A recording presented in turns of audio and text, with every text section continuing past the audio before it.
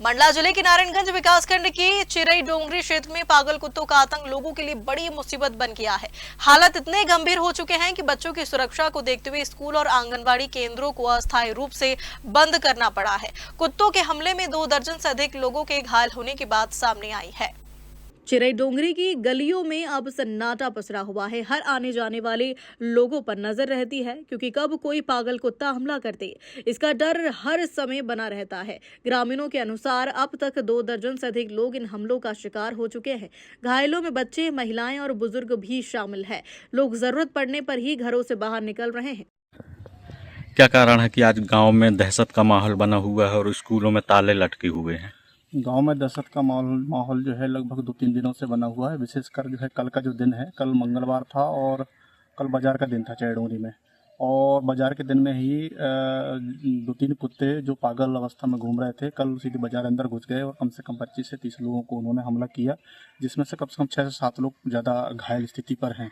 और उनकी दहशत की वजह से जो पूरे गांव के जो लोग हैं, पब्लिक है, उनको मारने या उनको भगाने के लिए अफरा तफरी का माहौल ऐसा बन गया। और आज उसका दहशत की वजह से आज हमारे जो चैडोंगरी जो प्राथमिक शाला और माध्यमिक शाला दोनों विद्यालय आज ताला बंद है। और किसी बच्चों को जो है यहाँ पर जो पेरेंट्स हैं वो लोग उसी दहशत की वजह से भेजाए भी नहीं है, और जिसकी वजह से नहीं मालूम ये दहशत कितने दिन तक चलेगी और उनका कुछ हल निकल नहीं पा रहा है। प्रशासन को हमने मौखिक तौर पर जानकारी दे दिया है और लिखित तौर पर भी जानकारी हम देने के लिए हम अभी संबंधित तहसील और संबंधित थाना हम जा रहे हैं। क्या कारण है कि आज आंगनबाड़ी बंद पड़ी हुई है? गांव में कुत्तों को बहुत आतंक हुआ है, तो जिसमें कि कल साप्ताहिक बाजार था, उसमें काफी मतलब कुत्तों उनका हमला देखा गया है। बहुत सारे लोगों को उनने हमला किया है, इसलिए ऐसी स्थिति देखते हुए आज हमने बच्चों को नहीं लेके आया आंगनबाड़ी में, और ऊपर भी हमने इसकी जानकारी दे दी, सूचना दे दी अपने बड़े अधिकारी को, सुपरवाइजर को।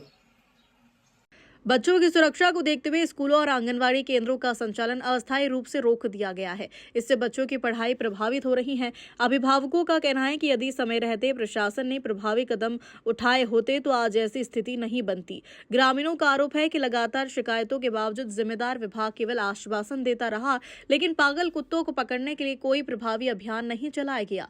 लोगों ने चेतावनी दी कि यदि जल्द कार्रवाई नहीं हुई तो वे आंदोलन करेंगे।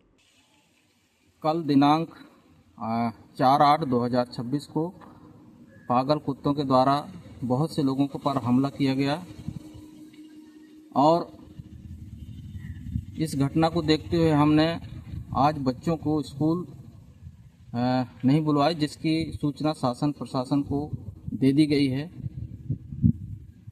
और शासन प्रशासन से यह आया है कि बच्चों का स्वास्थ्य को ध्यान में रखते हुए हमने बच्चों को शाला नहीं बुलवाए हैं।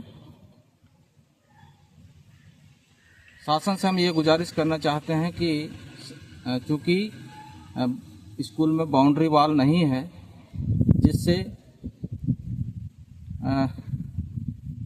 वो बाउंड्री वॉल ना होने के कारण आवारा जानवरों का आवाजाही, जो आवारा कुत्ते हैं या पशु हैं, उनका शाला प्रांगण में अनावश्यक प्रवेश हो जाने से कुछ इस प्रकार की घटनाएं घटित ना हो, तो शासन का ध्यान इस ओर आकर्षित करना चाहता हूं कि स्कूल में बाउंड्री वॉल की व्यवस्था किया जाए।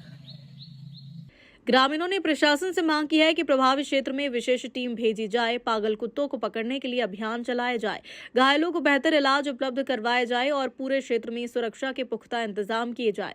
लोगों का कहना है कि यह अब सिर्फ आवारा कुत्तों का नहीं बल्कि जन सुरक्षा का गंभीर मामला बन चुका है।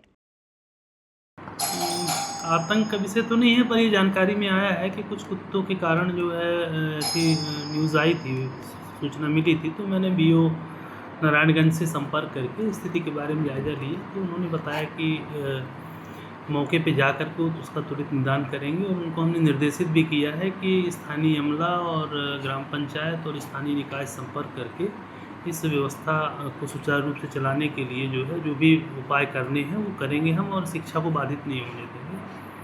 नहीं, स्कूल बंद की सूचना तो नहीं आई मेरे पास। ये पता चला है कि कुछ कुत्तों द्वारा जो है काटने वाटने की घटनाएं कुछ हुई हैं, ऐसा लोगों ने बताया है।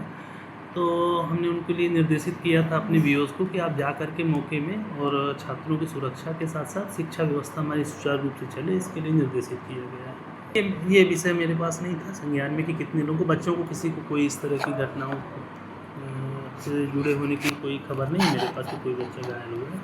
बस ये है कि कुछ लोगों ने बताया है कि स्कूल और विद्यालय वगैरह बंद थे, तो ऐसा संज्ञान में मेरे नहीं था। मैंने वीओ को भेजा है और मैंने ये कहा है कि स्कूल किसी भी स्थिति में चालू रहेंगे और सुरक्षा के साथ बच्चों के हित में शिक्षा का स्तर जिससे उच्च स्तर पर बना रहे, तो कक्षाएँ प्रतिदिन